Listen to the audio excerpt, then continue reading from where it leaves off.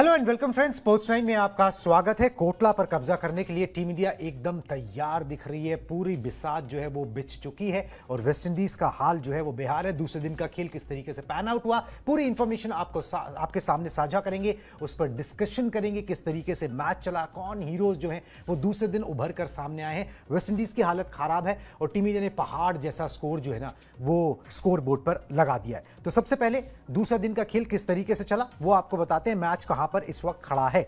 दूसरे दिन का खेल खत्म होने तक वेस्ट इंडीज का स्कोर है 140 रन 4 विकेट के नुकसान पर। वो टीम इंडिया के पहली पारी के स्कोर से 378 रन अभी भी पीछे है। जडेजा ने दूसरे दिन 3 विकेट निकाले। दूसरे दिन भारत ने 518 रन बनाकर पारी को घोषित किया था।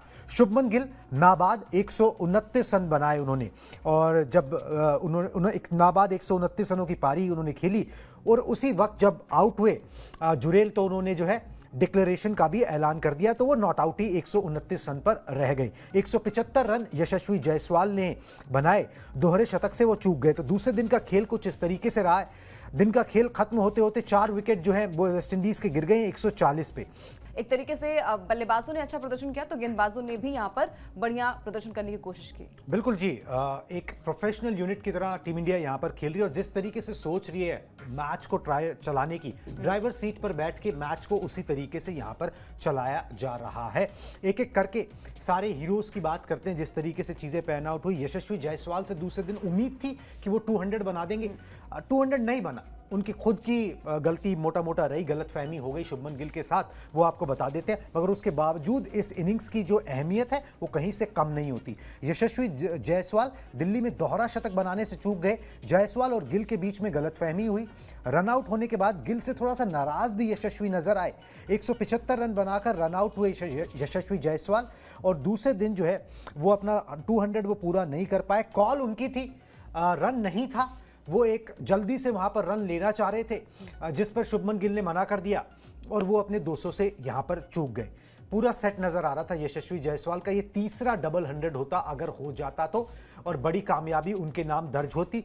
मगर कई बार ना आपको सीखना होता है, ठीक है, ये छोटी छोटी चीज़ें होती हैं। कई बार जो है ना वो सीखनी पड़ती हैं। पूरी मेहनत कर ली थी, सब कुछ कर लिया था, शतक में काउंट होगा, मगर वो दोहरे शतक के करीब पहुंच के जब आप चूके हो ना तो फिर ये आगे याद रहना चाहिए कि बस वो सिंगल चुराने के चक्कर में आपने अपना विकेट खो दिया जो सही नहीं था। बिल्कुल। और देखिए जब आप बिल्कुल शतक के नज़दीक होते हैं या फिर दोहरे शतक के नज़दीक होते हैं तो आपको लगता है कि भाई चौके छक्के की बरसात की जाए, जल्दी से रन्स जो है वो बटोरे जाए तो आप जो है वो वहाँ तक पहुँच जाएंगे। लेकिन हाँ, उसके लिए जो है वो आपको थोड़ा सा पेशेंस, थोड़ा धैर्य दिखाने की आवश्यकता होती है, जो कि गिल तो बखूबी दिखा रहे थे। लेकिन वहाँ पर जो है वो कॉल जायसवाल की थी, थोड़ा नाखुश भी नजर आया। उनको लग रहा था कि भाई हम जल्दी से रन्स ले सकते हैं, लेकिन वो रन था भी नहीं, क्योंकि जब बॉल फील्डर के हाथ में आ जाएगी तो डेफिनेटली जो है वो आप वहाँ तक पहुँच ही नहीं पाएंगे। और जब पहुंचने की कोशिश यहाँ पर जायसवाल ने करी तो वहां पर आउट हो गए। तो ये दर्शाता है कि अगर आप बल्लेबाजी अच्छी कर रहे हैं तो थोड़ा सा आप टिककर बल्लेबाजी कर सकते थे। एक शतक आपके बल्ले से आ चुका था, दोहरे शतक के आप करीब थे, थोड़ी स्लो बल्लेबाजी वहां पर हो सकती थी, लेकिन कोई बात नहीं। भारतीय टीम का जलवा, भारतीय टीम का प्रदर्शन जो है वो कमाल का है। जिस तरीके का कैलिबर वो रखते हैं, जिस तरीके की वो बल्लेबाजी करते हैं, और खासतौर पर जब आप ओपनर्स होते हैं तो आपके पास टाइमिंग ज्यादा होती है। आप विकेट्स पर जो है वो अच्छी तरीके से आपको पता चल जाती है कि आगे विकेट्स कैसी होने वाली, किस तरीके से तेजी से आप रन बना सकते हैं। तो जायसवाल के अंदर वो आग है, वो भूख है कि वो मैच को कैसे बदल सकते हैं, बड़ी पारी को कैसे तब्दील कर सकते हैं बड़ी पारी में। तो ये तमाम सारी चीजें जो है उनके अंदर कूट कर भरी है। बस थोड़ा सा धैर्य रखने की आवश्यकता है, क्योंकि जब आप बड़े रन्स बनाते हैं तो इतनी मेहनत अगर आपने विकेट्स पर की है कि भाई आप एक दिन पूरा बल्लेबाजी कर रहे हैं, दूसरे दिन भी आप बल्लेबाजी कर रहे हैं, तो कहीं ना कहीं उसका श्रेय भी आपको मिलना चाहिए, उसका आउटकम भी आपको मिलना चाहिए। तो जायसवाल से गलती हुई, बट कोई बात नहीं। भारतीय टीम की जो जीत है वो बिल्कुल नजदीक है। वहां पर बड़ा योगदान जो है वो जायसवाल के बल्ले से आए। उम्मीद यही की जा रही है कि भारतीय टीम जो है वो इस मैच को जीते और एक तरीके से जो WTC का साइकिल है वहां पर कहीं ना कहीं पॉइंट्स टेबल में थोड़ा बहुत हेरफेर हो सकता है। बिल्कुल जी, पोजीशन नंबर 3 ही रहेगी, उसके बारे में भी बता दूं। मगर ये कि हाँ, आपका PCT परसेंटाइल जिसे बोलते हैं वो जरूर यहाँ पर बढ़ जाएगा। यशस्वी जायसवाल के ना ग्राफिक्स भी दिखा दें, उनका प्लेयर परफॉर्मेंस जो होता है वो भी एक बार दिखा दें। सब प्लेयर्स का, बैट्समैन का प्लेयर परफॉर्मेंस बना हुआ है। तो यशस्वी जायसवाल का जो है ना अभी अभी प्लेयर परफॉर्मेंस आ रहा है, वो भी आपको दिखा देते हैं किस तरीके से उन्होंने जो है रन यहाँ पर बनाए, कितनी गेंदों का सामना किया, कितने चौके यहाँ पर लगाए, ताकि एक ना कंटेक्स्ट सेट हो जाए कि किस तरीके से वो यहाँ पर खेले हैं। बहुत बढ़िया उम्दा उनकी पारी रही है। बस यही है कि ये पारी में अगर वो डबल 100 आ जाता तो सोने पे सुहागा था। ये उनका चार्ट आ गया जी, 175 रन 258 गेंदों पर 22 चौके लगाए हैं, छक्का कोई नहीं है, स्ट्राइक रेट 67 का है, इंटेंट पूरा जो है यशस्वी जायसवाल का नजर आया। चलिए जी, अब यशस्वी जायसवाल ने तो कमाल किया, मगर जो है अब बात करते हैं शुभमन गिल की। तो शुभमन गिल के पहले पॉइंटर्स दिखा दें कि शुभमन गिल ने जो है क्या किया आज। चलो शुभमन गिल का पहले चार्ट आ गया, 129 नाबाद इन्होंने रन बनाए, 196 गेंदों का सामना किया, 16 चौके 2 छक्के, लगभग उतना ही स्ट्राइक रेट है जैसे कि यशस्वी जायसवाल ने यहां पर किया। गिल साहब जब से कप्तान बने इनके बल्ले से रन निकलने बंद नहीं हो रहे और कुछ कमाल इन्होंने जो है वो कर दिया है। फटाफट से दिखा दें जी इनके ग्राफिक्स क्या किया इन्होंने, हम बता देते हैं आपको। दिल्ली में शुभमन गिल ने नाबाद 129 रनों की पारी खेली और उसके बाद जो है डिक्लेयर ही कर दिया था, कप्तान साहब खुद मैदान पर थे। WTC में सबसे ज्यादा रन बनाने वाले वो भारतीय बल्लेबाज बन गए। 71 पारियों में गिल के नाम WTC में 2732 प्लस रन हो गए।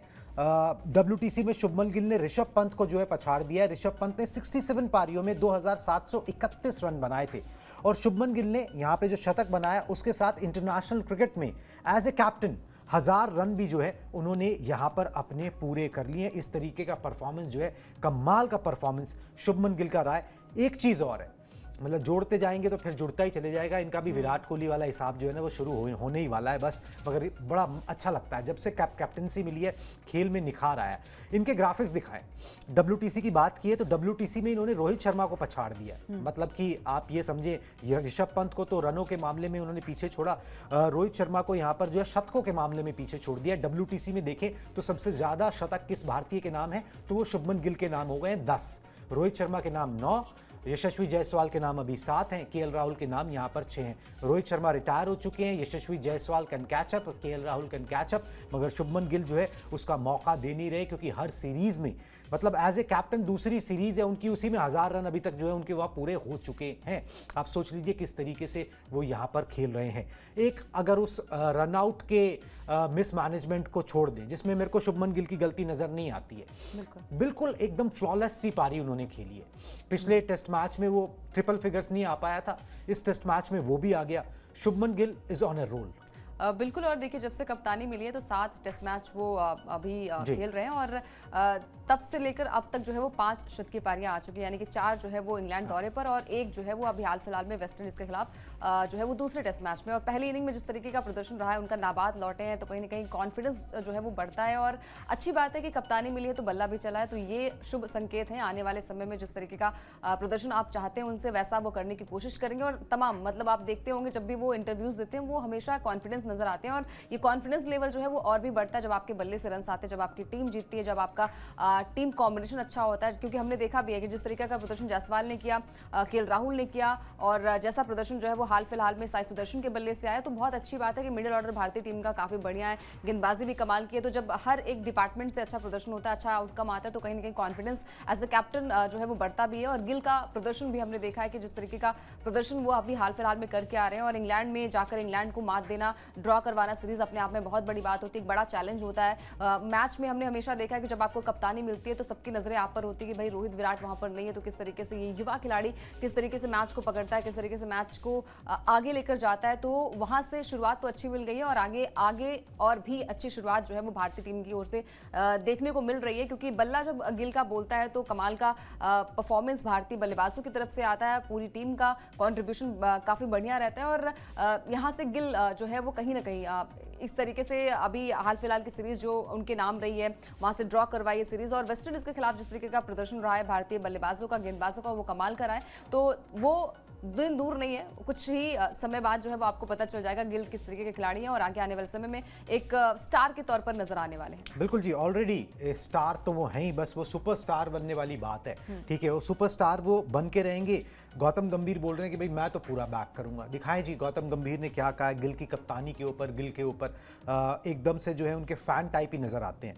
मैं बस ये देखना चाहता हूं कि जब चीजें उनके पक्ष में नहीं होंगी या फिर बुरा समय होगा तो वो कैसे रिएक्ट करेंगी। मैं हमेशा उनका सपोर्ट करता हूं और उसे बैक करता हूं। मैं उनको प्रोटेक्ट करने के लिए पूरी तरह से तैयार हूं। जब तक वो सारी चीजें ठीक नहीं कर लेते मैं उनके साथ आलोचनाओं को सहने के लिए भी यहां पर तैयार हूं। तो गौतम गंभीर ने बोल दिया भाई मैं हर चीज के लिए तैयार हूं। शुभमन गिल को प्रोटेक्ट करने के लिए तैयार हूं, उनको सपोर्ट करने के लिए तैयार हूं, उनको बैक करने के लिए तैयार हूं। और जब तक वो सब कुछ ठीक नहीं कर लेते, सब कुछ ठीक नहीं हो जाता, तो वो जो आलोचनाएं मिलती हैं वो भी मैं शेयर करने के लिए तैयार हूं। तो इससे ज्यादा और तो कुछ और हो नहीं सकता जो गौतम गंभीर शुभमन गिल के लिए कर सकते हो। बिल्कुल। और देखिए ये बहुत बड़ी बात होती है कि एक कोच, एक बॉस जो है वो आपको इतना ज़्यादा बैक करता हो, क्योंकि देखिए नई नई कप्तानी जब आपको मिलती है तो बहुत सारे सवाल उठते हैं कि भाई ये कंपैरिजन, वो कंपैरिजन, बड़े प्लेयर्स से आपकी उम्मीदें जो है वो बढ़ जाती हैं, क्योंकि रोहित विराट जो लेगेसी छोड़कर टेस्ट मैच में गए हैं, जहाँ से उन्होंने मैच को बनाया था, जहाँ तक पहुँचाया है, बहुत बड़ा नाम इन दोनों खिलाड़ियों को है। तो कहीं ना कहीं आपका कंपेरिजन भी उनसे किया जाता है और आप से भी उम्मीद की जाती है कि भाई जैसा वो करते नजर आए, जैसे आपका नाम भी प्रिंस के तौर पर जो है वो कहा जाता है, उनका नाम जो है लिया जाता है, तो वो नाम जो है वो आगे बढ़कर और भी अच्छा हो। तो तमाम सारी चीज़ें जो स्टार्टिंग में अगर आपको कप्तानी मिलती है तो कहीं ना कहीं आलोचना बहुत ज़्यादा झेलनी पड़ती है, लेकिन हाँ एज अ कोच जो है अगर आपको बैक करते हैं, कोई भी कोच की बात हो, किसी भी की भी कोचिंग की बात हो, तो यहाँ पर खुलकर जो है वो सामने आया गौतम गंभीर, जो कि बहुत अच्छी बात है। और जब आप बैक करते हैं तो कहीं ना कहीं जो माइंड सेट होता है खिलाड़ी का, जो प्रेशर वाली चीज़ होती है ना, वो थोड़ी सी कम हो जाती है। तो यहाँ पर गिल के लिए अच्छी बात है कि गंभीर पूरी तरीके से उनके सपोर्ट में नजर आए। बिल्कुल जी, गौतम गंभीर उनको सपोर्ट कर रहे हैं और इस रिलेंटलेस सपोर्ट, अनकंडीशनल सपोर्ट का जो है वो नतीजा ये है, एक्सपेक्टेशंस बहुत ज़्यादा रखी नहीं गई हैं कि भाई अपना 100%, अपने 100% से ज़्यादा पोटेंशियल पे खेलते हुए जो है यहाँ पर शुभमन गिल नज़र आ रहे हैं और वो दिल्ली में भी जो है ना वो यहाँ पर देखने को मिला है। चलिए जी, दो युवाओं ने अच्छा किया, यशस्वी जायसवाल ने, शुभमन गिल ने। नीतीश कुमार रेड्डी को स्टार्ट मिल गई थी, इस स्टार्ट को ना कम से कम एक अच्छा 50+ स्कोर में कन्वर्ट करना चाहिए था, तो थोड़ा सा कॉन्फिडेंस भी बढ़ता, मज़ा भी आता, मगर वो नहीं कर पाए। दिखाएं जी नीतीश कुमार रेड्डी का किस तरीके से जो है वो प्रदर्शन रहा है। दिल्ली टेस्ट में नीतीश ने जो है 54 गेंद पर 43 रनों की पारी खेली। 289 दिनों के से जो है मतलब आप टेस्ट क्रिकेट में मान लीजिए नीतीश के बल्ले से अर्धशतक नहीं निकला है। पिछली 8 पारी, 289 डेज और पिछली 8 पारियों में नीतीश कुमार रेड्डी ने अर्धशतक नहीं लगाया है। ऑलराउंडर है, हाईली रेट किया जाता है, टीम भी बैक कर रही है, मगर ये कि वो कंसिस्टेंसी अभी आई नहीं है। वारिकर ने उनको एक गेंद डाली जिस पर वो गलत शॉट खेलकर आउट हो गए। मेलबर्न में शानदार शतक ठोकने के बाद से ना वो जो बीजीटी में जो उन्होंने कमाल किया था, जहां से वो छा गए थे, ठीक है, उसके बाद से उनका बल्ला जो है ना वो शांत है। इस दौरान 8 पारियों में उन्होंने 13 की औसत से जो है 93 रन बनाए हैं और जो हाईएस्ट है वो इस मुकाबले में ही निकला है 43 का। मौके मिल रहे हैं मगर इस मौके को भुनाना पड़ेगा। उनके पास वो काबिलियत है जो कम लोगों के पास होती है, तेज़ गति से गेंद डाल सकते हैं, आपके तीसरे पेसर हो सकते हैं, उन बैटिंग कर सकते हैं। जो Hardik Pandya white ball competition में करते हैं वो आप रेड बॉल के अंदर कर सकते हो, मगर ये कि अगर इस तरीके से कंसिस्टेंसी नहीं आएगी तो फिर दूसरे ऑप्शंस तलाशे जाएंगे। बिल्कुल। और देखिए मतलब आज के दिन जब वो बल्लेबाजी करने आए तो उन्हें प्रमोट भी किया गया, नंबर 5 पर वो बल्लेबाजी करने आए थे और मेलबर्न में आप सबने देखा होगा नंबर 7 पर वो बल्लेबाजी करने आए थे, वहाँ पर शतकीय बल्लेबाजी की थी। और उसके बाद से नीतीश रेड्डी को लग रहा था कि भाई आने वाले समय में हर एक मैच में मौका मिलेगा, डेफिनेटली उन्हें मौका मिल रहा है रेड बॉल क्रिकेट में, तो उस चीज़ को प्रूव करना पड़ेगा। जैसे हाल फिलहाल में ध्रुव जुरेल ने अपनी बल्लेबाजी से, शतकीय बल्लेबाजी से जो पहला मुकाबला खेला गया था वहाँ पर एक बढ़िया बल्लेबाजी की थी और वैसा ही प्रदर्शन आपको करना पड़ेगा, क्योंकि इतना कॉम्पिटिशन बढ़ रहा है, इतने प्लेयर्स आ रहे हैं कि आपको रिप्लेस भी किया जा सकता है। तो नीतीश रेड्डी के लिए एक अच्छा मौका है कि आगे आने वाले समय में, चलिए आज की बल्लेबाजी जो है वो थोड़ी सी फीकी रही उनकी, क्योंकि थोड़ी सी तेज गति से आप रन बना सकते थे, क्योंकि नंबर 5 पर अगर आपको प्रमोट किया गया तो कम से कम उम्मीद ये की जाती है कि एक अच्छी पार्टनरशिप, हालांकि मैच तो आप जीत रहे हो लेकिन फिर भी आपके बल्ले से एक अच्छे खासे रन बनते हैं, तो कहीं ना कहीं कॉन्फिडेंस आपका भी बढ़ता है। और जो हम लगातार बात कर रहे हैं कि जैसा अभी कुणाल ने कहा कि हार्दिक पांड्या से कंपैरिजन अगर किया जाए तो रेड बॉल क्रिकेट में वो आप कारनामा कर सकते हैं, निचले क्रम की बल्लेबाजी भी आप संभाल सकते हैं, गेंदबाजी भी कर सकते हैं, तो कहीं ना कहीं नीतीश रेड्डी के लिए मौका था कि इस मौके को बुनाया जाए, लेकिन कोई बात नहीं, आगे आने वाले समय में भी आप ऐसा प्रदर्शन कर सकते हो। तो नजरें वहां होनी चाहिए कि अगर आपको मौका मिले तो उस मौके का भरपूर फायदा उठाया जाए। बिल्कुल जी, नीतीश कुमार रेड्डी के एक बार आंकड़े भी दिखा दें, किस तरीके से उनके जो स्टैट्स हैं वो भी दिखा दें, ताकि तस्वीर साफ हो। और उसके बाद जो है आगे एक और इम्पॉर्टेंट न्यूज़ है, उसके ऊपर भी बात करना, एक अपडेट है इंपॉर्टेंट, उसके ऊपर बात करना ज़रूरी है। ये 43 रन बनाए, 54 बॉल्स का सामना किया, 7 चौके लगाए, 2 छक्के लगा, इंटेंट पूरा था, तेज़ी से रन बनाए। बस यही है ना कि आप एज ए प्लेयर आपको ये समझना होगा कि आप कई बार ना कैरिड अवे नहीं हो सकते हो।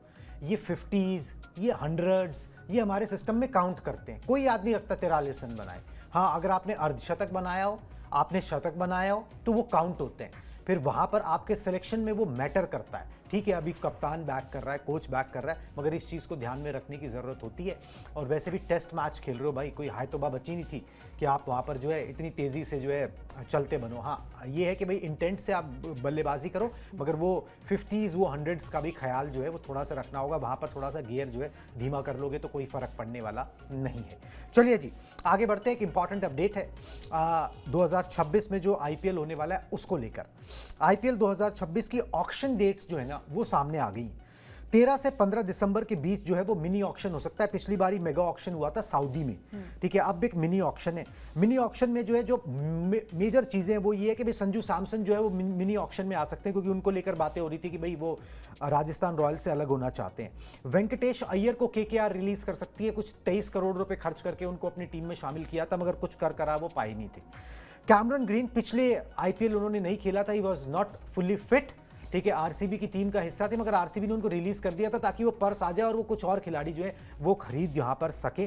तो ये क्योंकि पहले से क्लियर था कि वो नहीं खेल पाएंगे, तो इस बार जब वो मिनी ऑक्शन में होंगे, अगर फिट एंड फाइन होते हैं तो उन पर सबसे ज़्यादा बोली लगने की उम्मीद जो है यहाँ पर रहेगी। मगर नज़रें सबसे ज़्यादा संजू सैमसन पर ही रहने वाली हैं कि क्या वो RR के साथ बने रहते हैं या फिर ऑक्शन में अपने आप को अवेलेबल करते हैं।